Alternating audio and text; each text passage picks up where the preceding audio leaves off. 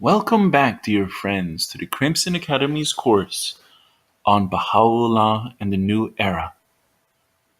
In this section, dear friends, we'll be covering Chapter 2, The Bab, the Forerunner. Verily, the oppressor hath slain the beloved of the worlds, that he might thereby quench the light of God amidst his creatures, and withhold mankind from the stream of celestial life in the days of his Lord, the gracious, the bountiful. Bahá'u'lláh, Tablet to Rais. Birthplace of the New Revelation. Persia, the birthplace of the Baha'i revelation, has occupied a unique place in the history of the world. In the days of her early greatness, she was a veritable queen among nations, unrivaled in civilization, in power, and in splendor. She gave to the world great kings and statesmen, prophets and poets, philosophers and artists. Zoroaster, Cyrus and Darius, Hafez and Ferdowsi, Saadi and Umar Khayyam are but a few of her many famous sons. Her craftsmen were unsurpassed in skill, her carpets were matchless, her steel blades unequaled, her pottery world famous. In all parts of the Near and Middle East she has left traces of her former greatness. Yet, in the 18th and 19th centuries, she had sunk to a condition of deplorable degradation. Her ancient glory seemed irretrievably lost. Her government was corrupt and in desperate financial straits. Some of her rulers were feeble and other monsters of cruelty. Her priests were bigoted and intolerant, her people ignorant and superstitious.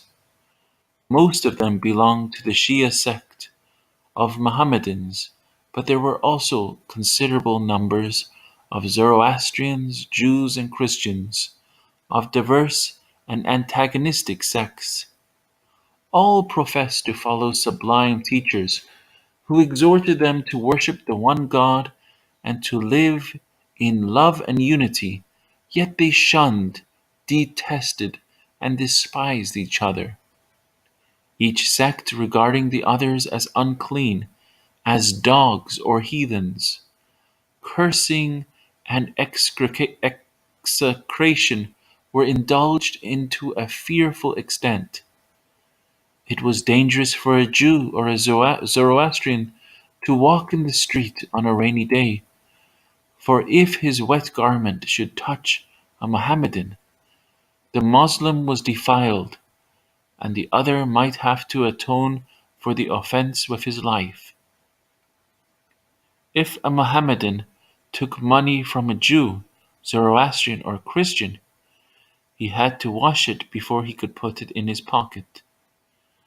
If a Jew found his child giving a glass of water to a poor Mohammedan beggar, he would dash the glass from the child's hand, for curses rather than kindness should be the portion of infidels. The Moslems themselves were divided into numerous sects, among whom strife was often bitter and fierce. The Zoroastrians did not join much in these mutual recriminations, but lived in communities apart, refusing to associate with their fellow countrymen of other faiths. Social as well as religious affairs were in a state of hopeless decadence. Education was neglected. Western science and art were looked upon as unclean and contrary to religion. Justice was travestied.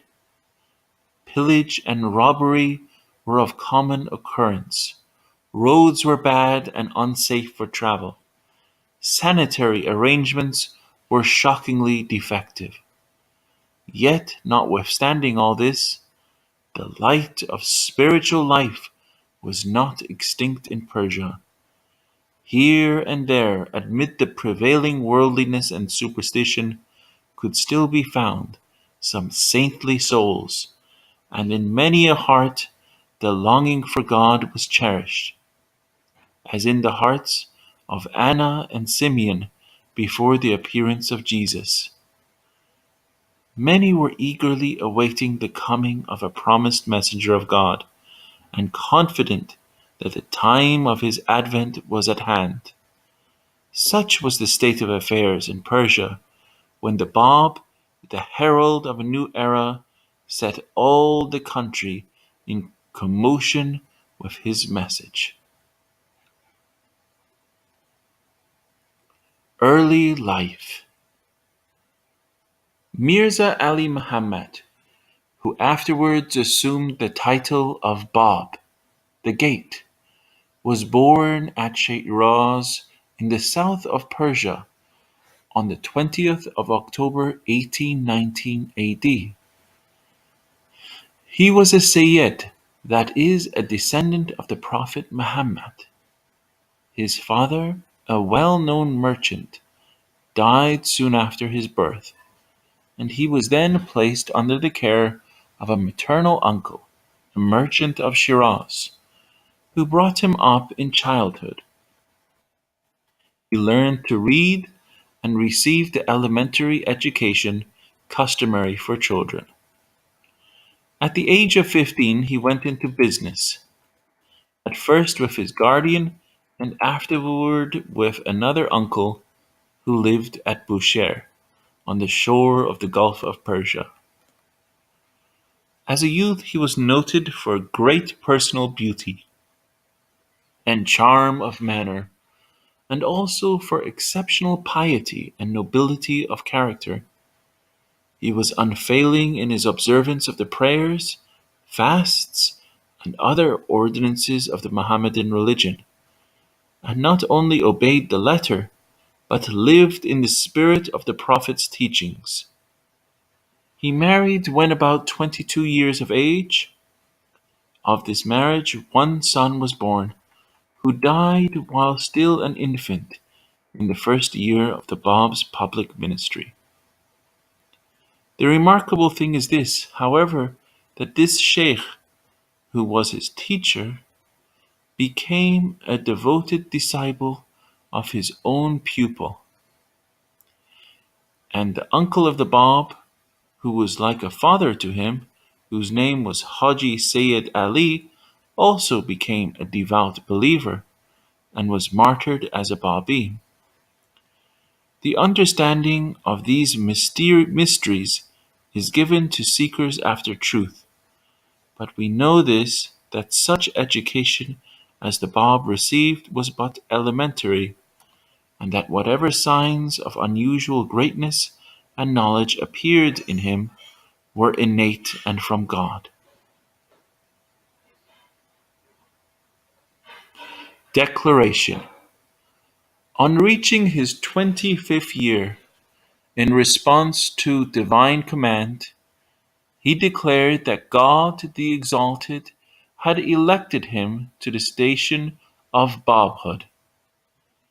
In a traveler's narrative, we read that what he intended by the term Bab was this, that he was the channel of grace from some great person still behind the veil of glory, who was the possessor of countless and boundless perfections, by whose will he moved, and to the bond of whose love he clung.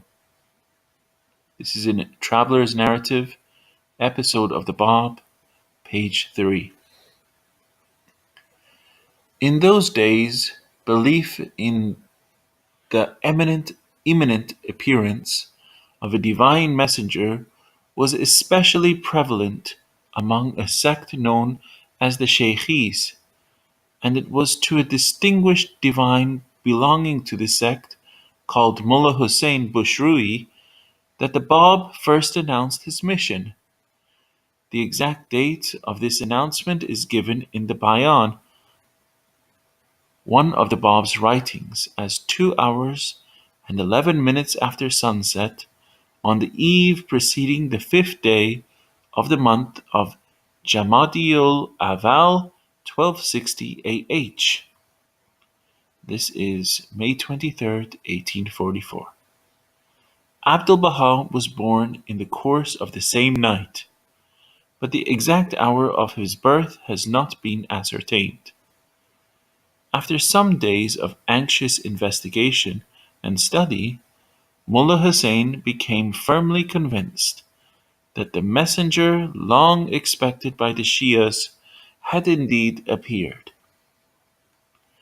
His eager enthusiasm over this discovery was soon shared by several of his friends. Before long, the majority of the Sheikhis accepted the Bab, becoming known as Babis, and soon the fame of the young prophet began to spread like wildfire throughout the land. Spread of the Babi movement. The first 18 disciples of the Bab, with himself as 19th, became known as Letters of the Living. These disciples he sent to different parts of Persian and Turkestan to spread the news of his advent. Meantime, he himself set out on a pilgrimage to Mecca, where he arrived in December 1844 and there openly declared his mission. On his return to Bushehr, great excitement was caused by the announcement of his Babhood. The fire of his eloquence, the wonder of his rapid and inspired writings, his extraordinary wisdom and knowledge, his courage and zeal as a reformer aroused the greatest enthusiasm among his followers, but excited a corresponding degree of alarm and enmity among the Orthodox Muslims.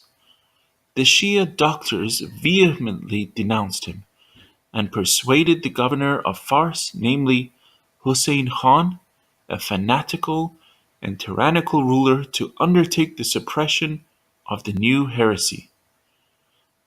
Then commenced for the Bab a long series of imprisonments, deportations, examinations before tribunals, scourgings, and indignities, which ended only with his martyrdom in 1850.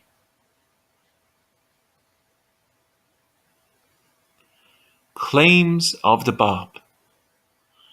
The hostility aroused by the claim of Babhood was redoubled when the young reformer proceeded to declare that he was himself the Mahdi, whose coming Muhammad had foretold. The Shias identified this Mahdi with the 12th Imam, who, according to their beliefs, had mysteriously disappeared from the sight of men about 1,000 years previously. They believed that he was still alive and would reappear in the same body as before, and they interpreted in a material sense the prophecies regarding his dominion, his glory, his conquests, and the signs of his advent, just as the Jews in the time of Christ interpreted similar prophecies regarding the Messiah. They expected that he would appear with earthly sovereignty and an innumerable army, and declare his revelation that he would raise dead bodies and restore them to life, and so on. As these signs did not appear, the Shias rejected the Bab with the same fierce scorn which the Jews displayed toward Jesus. The Babis, on the other hand, interpreted many of the prophecies figuratively.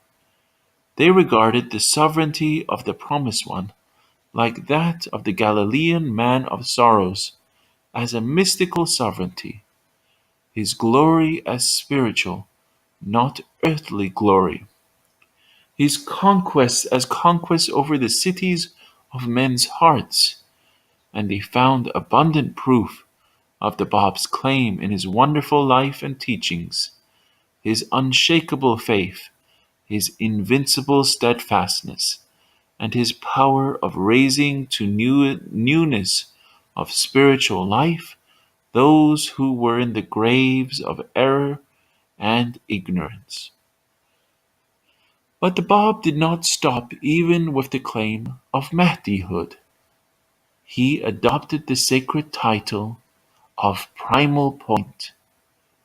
This was a title applied to Muhammad himself by his followers. Even the Imams were secondary in importance to the point, from whom they derived their inspiration and authority. In assuming this title, the Bab claimed to rank like Muhammad in the series of great founders of religion, and for this reason, in the eyes of the Shias, he was regarded as an impostor, just as Moses and Jesus before him had been regarded as impostors. He even inaugurated a new calendar, restoring the solar year and dating the commencement of the new era from the year of his own declaration.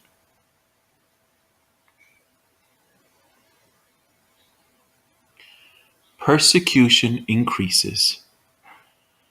In consequence of these declarations of the Bab, and the alarming rapidity with which people of all classes, rich and poor, learned and ignorant, were eagerly responding to his teaching, attempts at suppression became more and more ruthless and determined. Houses were pillaged and destroyed.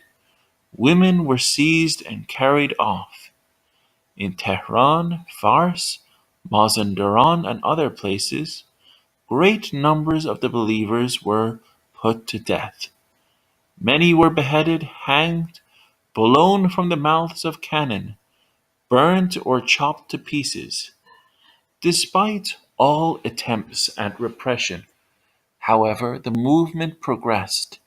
Nay, through this very oppression, the assurance of the believers increased, for thereby many of the prophecies concerning the coming of the Mahdi were literally fulfilled.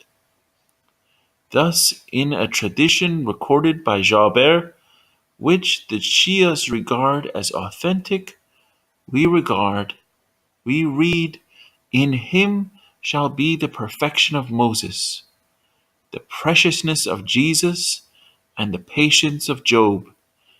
His saints shall be abased in his time, and their heads shall be exchanged as presents, even as the heads of the Turk and the Dalamite are exchanged as presents.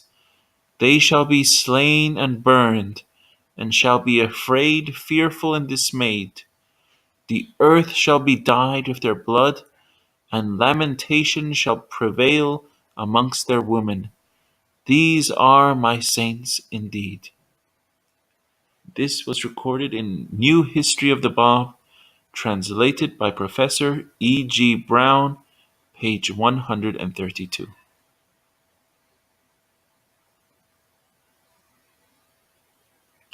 Martyrdom of the Bab. On the 9th of July, 1850, the Bab himself, who was then in his 31st year, fell a victim to the fanatical fury of his persecutors. With a devoted young follower named Agha Muhammad Ali, who had passionately begged to be allowed to share his martyrdom, he was led to the scaffold in the old barrack square of Tabriz. About 2 hours before noon, the two were suspended by ropes under their armpits in such a way that the head of Muhammad Ali rested against the breast of his beloved master. A regiment of Armenian soldiers was drawn up and received the order to fire. Promptly the volleys rang out, but when the smoke cleared, it was found that the Bab and his companion were still alive. The bullets had but severed the ropes by which they were suspended, so that they dropped to the ground unhurt. The Bab proceeded to a room nearby, where he was found talking to one of his friends. About noon, they were again suspended. The Armenians, who considered the result of their volleys a miracle, were unwilling to fire again. So another regiment of soldiers had been brought on the scene, who fired when ordered. This time, the volleys took effect. The bodies of both victims were riddled by bullets and horribly mutilated, although their faces were almost untouched. By this foul deed, the barrack square of Tabriz became a second Calvary. The enemies of the Bab enjoyed a guilty thrill of triumph, thinking that this hated tree of the Babi faith was now severed at the root, and its complete eradication would be easy. But their triumph was short-lived. They did not realize that the tree of truth cannot be felled by any material axe. Had they but known this very crime of theirs was the means of giving greater vigor to the cause, the martyrdom of the Bab fulfilled his own cherished wish, and inspired his followers with increased zeal. Such was the fire of their spiritual enthusiasm that the bitter winds of persecution but fanned it to a fiercer blaze. The greater the efforts at extinction, the higher mounted the flames.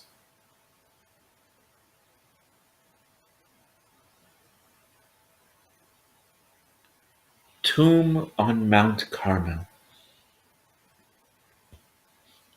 After the Bab's martyrdom, his remains with those of his devoted companion were thrown on the edge of the moat outside the city wall.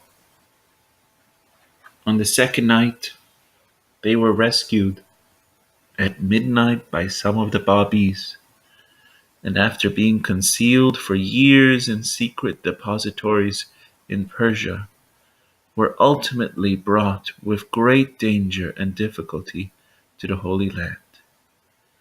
There they are now interred in a tomb beautifully situated on the slope of Mount Carmel, not far from the cave of Elijah and only a few miles from the spot where Baha'u'lláh spent his last years and where his remains now lie. Among the thousands of pilgrims from all parts of the world who come to pay homage at the holy tomb of Baha'u'lláh, none omit to offer a prayer also at the shrine of his devoted lover and forerunner, the Bab.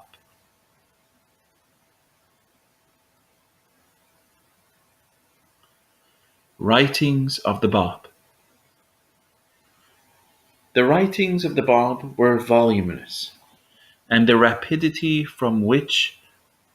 with which, without study or premeditation, he composed elaborate commentaries, profound expositions, or eloquent prayers, was regarded as one of the proofs of his divine inspiration. The purport of his various writings has been summarized as follows.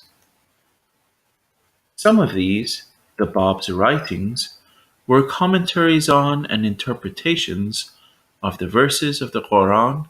Some were prayers, homilies, and hints of the true significance of certain passages. Other were exhortations, admonitions, dissertations on the different branches of the doctrine of the divine unity, encouragements to amendment of character, severance from worldly states, and dependence on the inspirations of God. But the essence and purport of his compositions were the praises and descriptions of that reality soon to appear, which was his only object and aim, his darling and his desire. For he regarded his own appearance as that of a harbinger of good tidings, and considered his own real nature merely as a means for the manifestation of the greater perfections of that one. And indeed he ceased not from celebrating him by night or day for a single instant, but used to signify to all his followers that they should expect his arising in such wise that he declares in his writings, I am a letter out of that most mighty book, and a dewdrop from that limitless ocean. And when he shall appear, my true nature, my mysteries, riddles, and intimations will become evident. And the embryo of this religion shall develop through the grades of its being and ascent, attain to the station of the most comely of forms, and become adorned with the robe of blessed be God, the best of creators. And so inflamed was he with his flame that commemoration of him was the bright candle of his dark nights in the fortress of Maku, and remembrance of him was the best of companions in the straits of the prison of Shihriq. Thereby he obtained spiritual enlargements. With his wine was he inebriated, and at remembrance of him did he rejoice. This is in A Traveler's Narrative, episode of the Bab, pages 54 through 56. He whom God shall make manifest. The Bab has been compared to John the Baptist. But the station of the Bab is not merely that of the herald or forerunner. In himself, the Bab was a manifestation of God, the founder of an independent religion, even though that religion was limited in time to a brief period of years.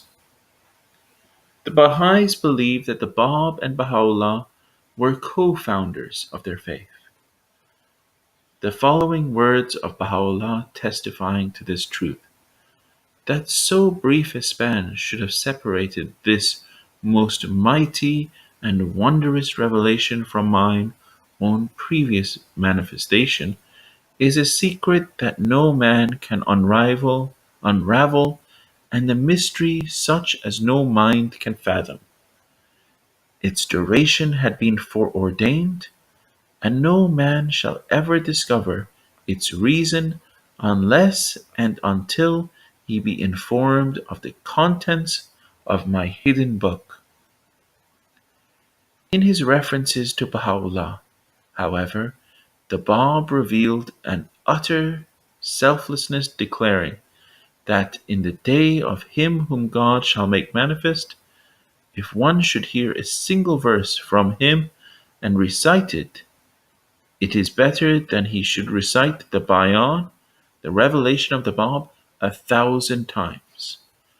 And this is in A Traveler's Narrative, episode of the Bab, page 349.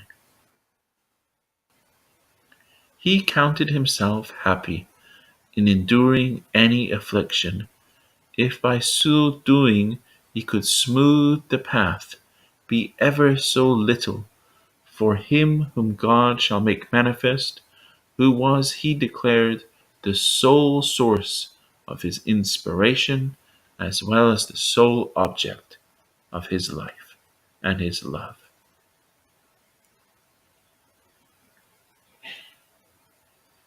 Resurrection, paradise, and hell. An important part of the Bab's teaching is his explanation of the terms resurrection, day of judgment, paradise, and hell. By the resurrection is meant, he said, the appearance of a new manifestation of the Son of Truth. The raising of the dead means the spiritual awakening of those who were asleep in the graves of ignorance, heedlessness, and lust. The day of judgment is the day of the new manifestation, by acceptance or rejection of whose revelation the sheep are separated from the goats. For the sheep know the voice of the good shepherd and follow him. Paradise is the joy of knowing and loving God, as revealed through his manifestation, thereby attaining to the uttermost perfection of which one is capable, and after death obtaining entrance to the kingdom of God and the life everlasting. Hell is simply deprivation of that knowledge of God, with consequent failure to attain divine perfection and loss of the eternal favor. He definitely declared that these terms have no real meaning apart from this, and that the prevalent ideas regarding the resurrection of the material body, a material heaven and hell, and the like are mere figments of the imagination. He taught that man has a life after death, and that in the afterlife progress towards perfection is limitless.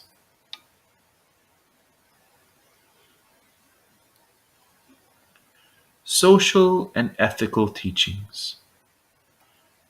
In his writings, the Bab tells his followers that they must be distinguished by brotherly love and courtesy. Useful arts and crafts must be cultivated. Elementary education should be general. In the new and wondrous dispensation now commencing, women are to have fuller freedom.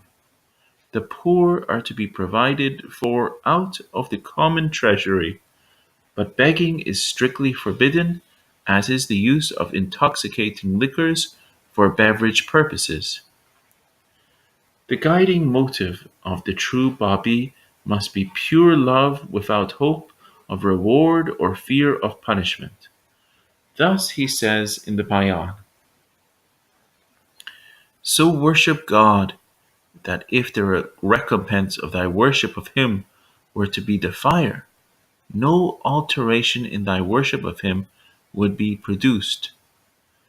If you worship from fear, that is unworthy of the threshold of the holiness of God.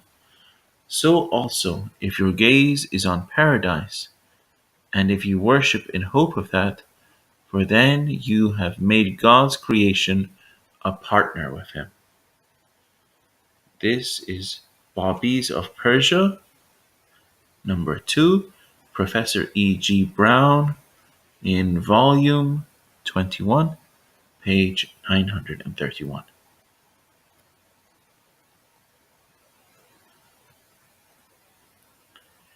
Passion and Triumph.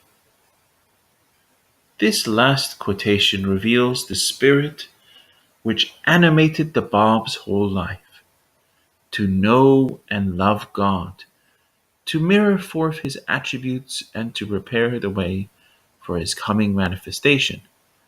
These were the sole aim and object of his being. For him life had no terrors, and death no sting, for love had cast out fear, and martyrdom itself was but the rapture of casting his all at the feet of his beloved. Strange that this pure and beautiful soul, this inspired teacher of divine truth, this devoted lover of God and of his fellowmen, should be so hated and done to death by the professedly religious of his day. Surely nothing but unthinking or wilful prejudice could blind men to the fact that here was indeed a prophet a holy messenger of God. Worldly greatness and glory he had none. But how can spiritual power and dominion be proved except by the ability to dispense with all earthly assistance and to triumph over all earthly opposition, even the most potent and virulent? How can divine love be demonstrated to an unbelieving world save by its capacity to endure to the uttermost the blows of calamity and darts of affliction, the hatred of enemies and the treachery of seeming friends, to rise serene above all these, and undismayed and unembittered, still to forgive and bless? The Bab has endured, and the Bab has triumphed. Thousands have testified to the sincerity of their love for him by sacrificing their lives and their all in his service. Kings might well envy his power over men's hearts and lives. Moreover, he whom the Lord shall make manifest has appeared, has confirmed the claims and accepted the devotion of his forerunner, and made him partaker of his glory.